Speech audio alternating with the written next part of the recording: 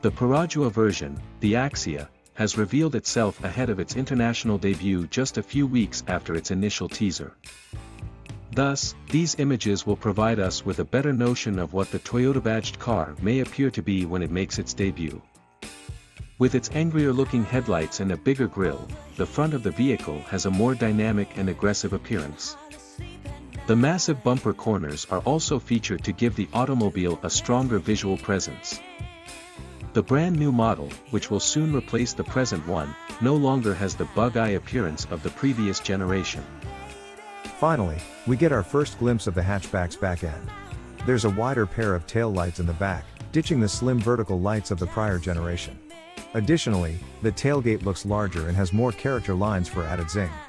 The bumper corners at the back are more pronounced than before, just like the front end. Although Perodua hasn't yet revealed the remainder of the vehicle, everyone may anticipate that it will be longer than the current model. Regarding additional specifics, we know that the Daihatsu new global architecture platform is currently utilized by the second-generation Wigo.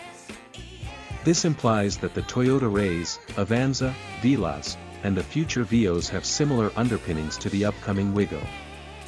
Additionally, we know that it will have a 1.0-liter engine, which is probably a carryover from the present model.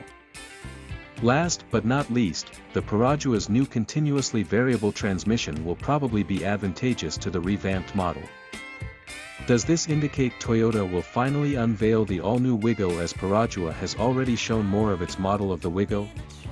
The short answer is that we might not have to wait too long for the small hatchback to make its debut. Who knows, maybe it may hold its premiere soon and surprise us all.